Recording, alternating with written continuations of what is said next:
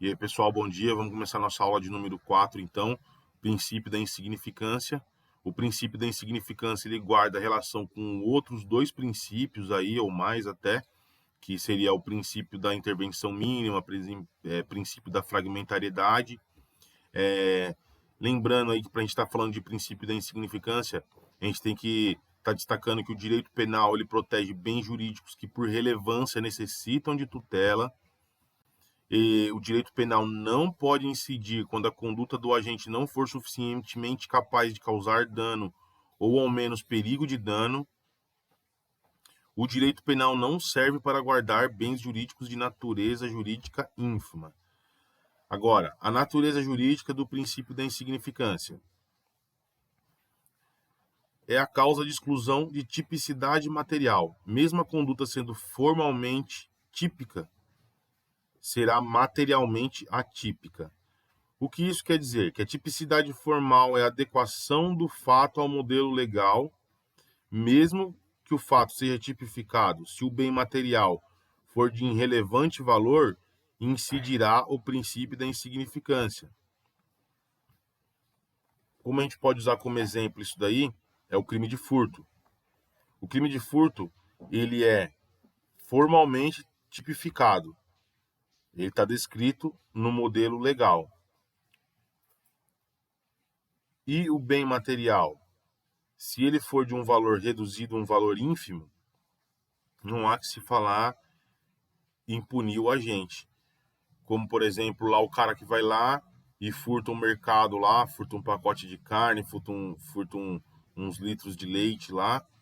Isso não fere o patrimônio do mercado, né? Então, é insignificante perto do valor do patrimônio do mercado isso daí. Então, mesmo que tipificado formalmente o crime de furto, ele não está atingindo o bem material do mercado. Então, ele acaba tendo a sua materialidade ali, é atípico, né? A materialidade, né?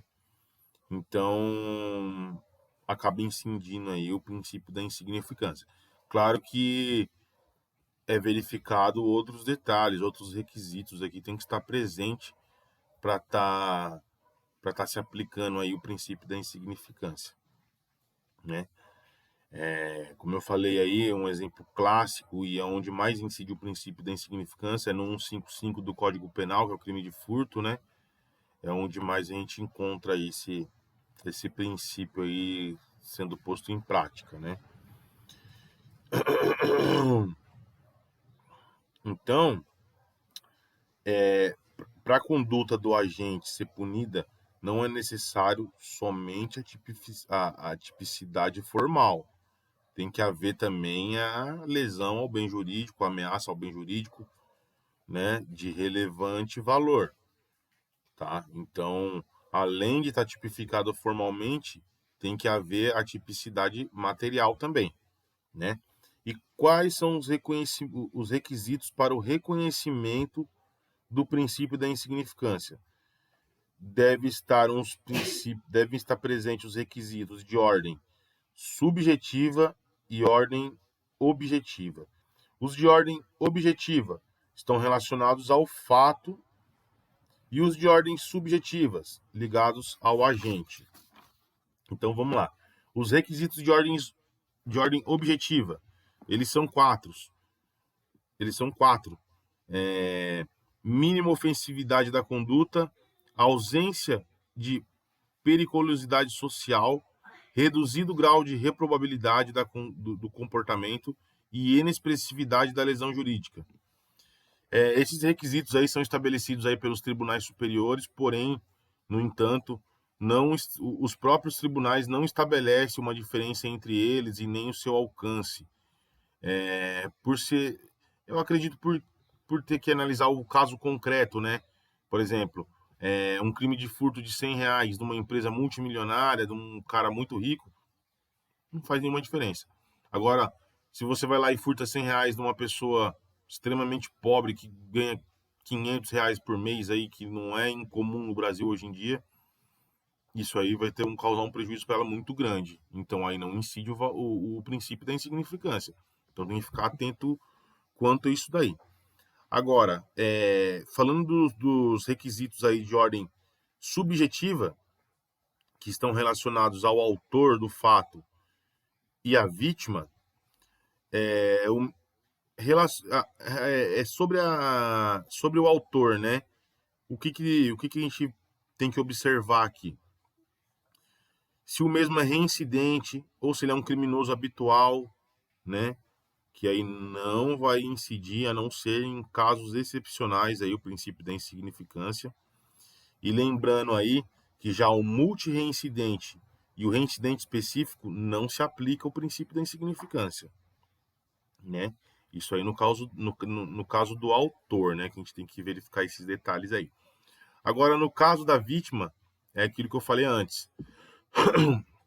A gente tem que estar analisando o valor econômico, o valor sentimental daquele bem ali que está sendo levado, porque se é um bem ali de elevado valor sentimental, também não vai incidir o princípio da insignificância. Então tem que ficar bem atento a isso daí.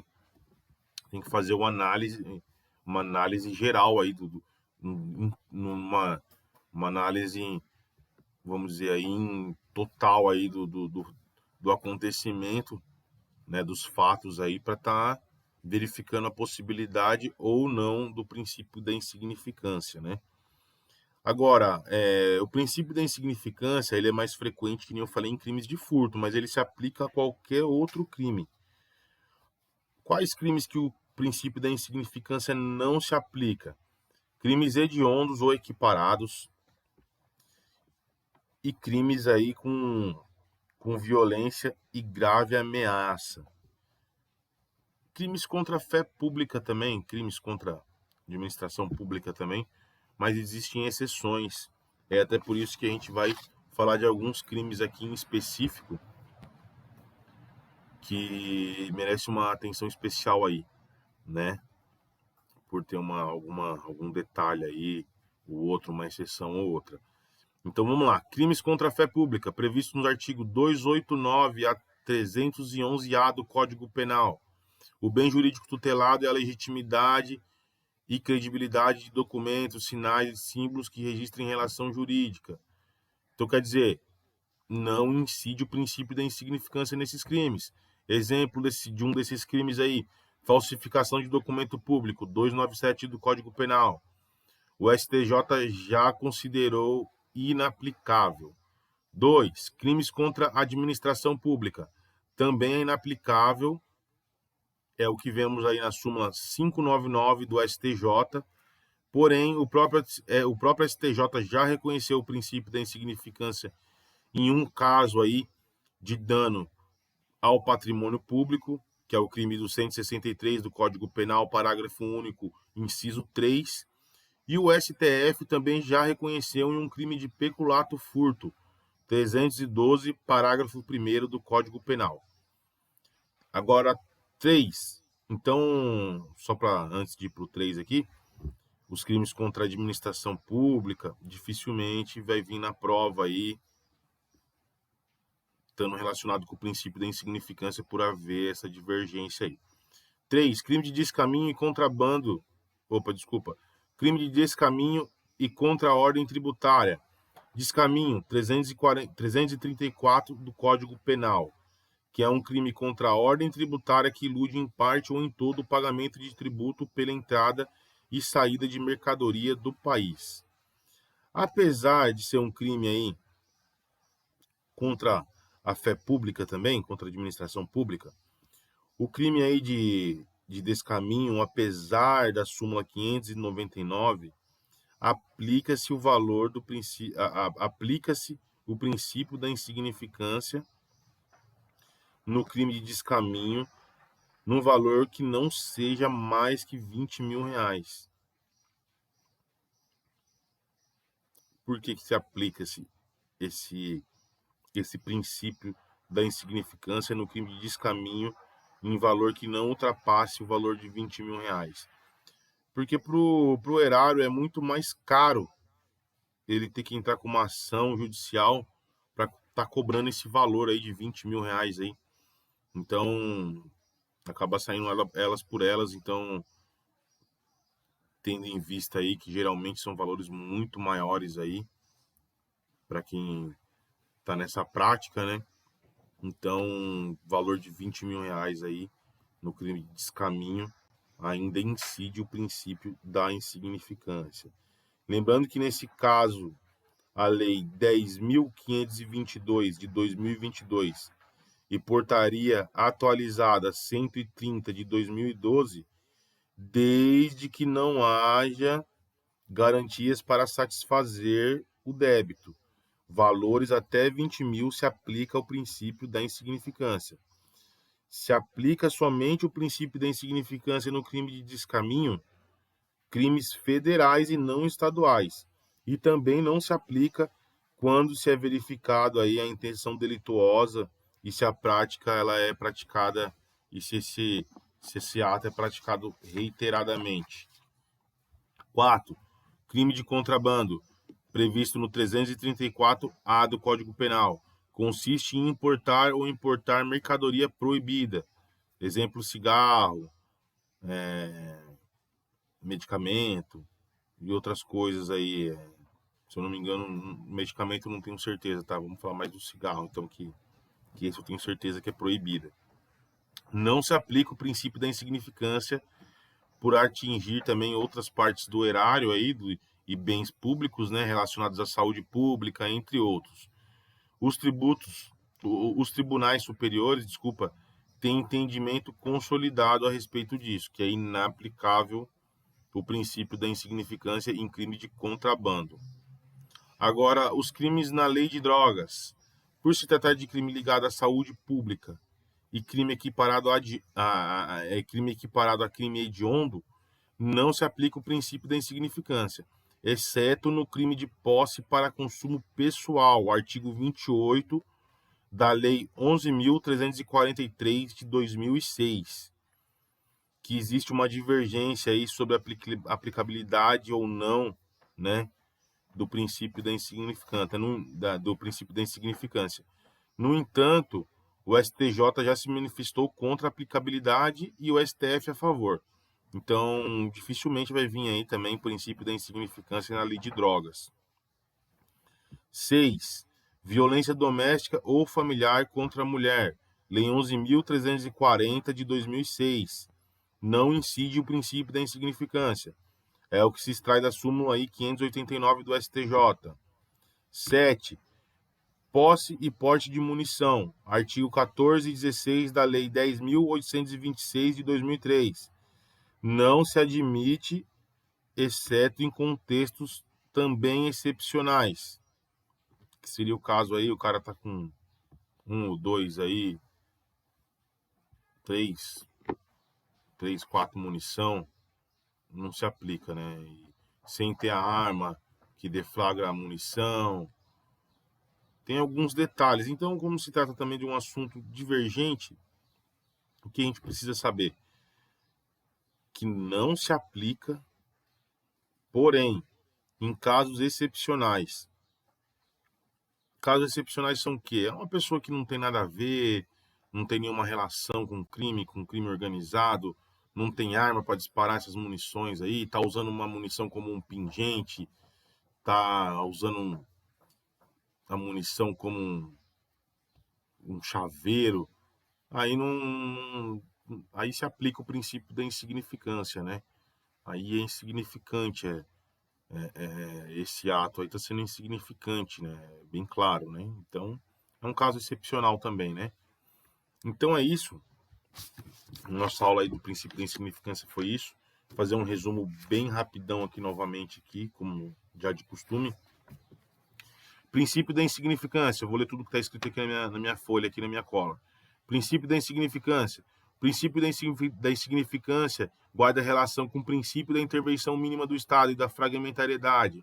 O direito penal protege bens jurídicos que, por relevância, necessitam de tutela. O direito penal não pode incidir quando a conduta do agente não for suficientemente capaz de causar dano ou, ao menos, perigo de dano. O direito penal não serve para guardar bens de natureza jurídica ínfima. A natureza jurídica do princípio da insignificância é causa de exclusão de tipicidade material, mesmo a conduta sendo formalmente típica, será materialmente atípica. O que isso quer dizer? Que a tipicidade formal e a adequação do fato ao modelo legal, mesmo que o fato seja tipificado, se o bem material for de irrelevante valor, incidirá o princípio da insignificância. Exemplo, o furto lá no supermercado.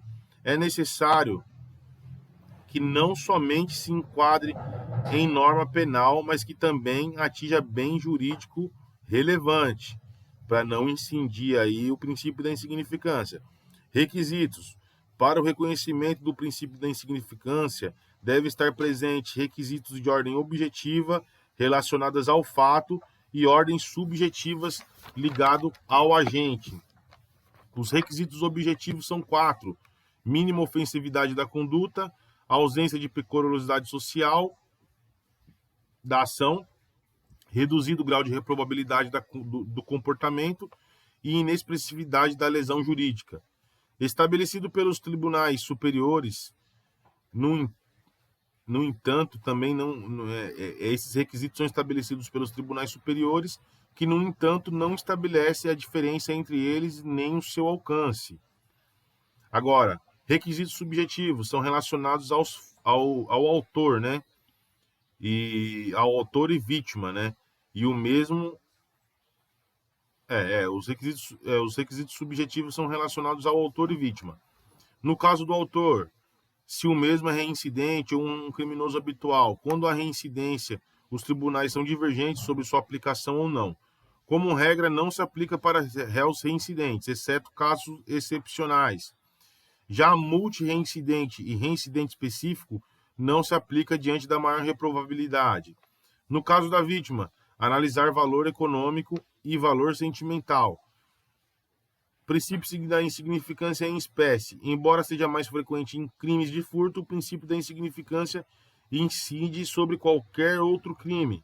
O princípio da insignificância não incide sobre crimes hediondos ou equiparados, nem crimes com violência e grave ameaça. Agora, as considerações especiais. 1. Crimes contra a fé pública. Não se aplica o princípio da insignificância. Crimes contra a administração pública. Também não se aplica o princípio da insignificância. Porém, já o STJ já reconheceu em um caso e o STF em outro. Então, é assunto aí que tem divergência. Crime de descaminho e contra a ordem tributária. Quem ilude o pagamento aí no crime de descaminho de valor até R$20 mil, ainda incide o princípio da insignificância, desde que não seja reiteradamente e nem tenha ali a intenção delituosa do agente. Crime de contrabando, não se aplica o princípio da insignificância, por ter uma reprobabilidade maior, por ferir outros itens aí do erário, da administração pública. Crimes da lei de droga, não se aplica também o princípio da insignificância, exceto o crime do artigo 28 aí, que é a posse para o consumo, né?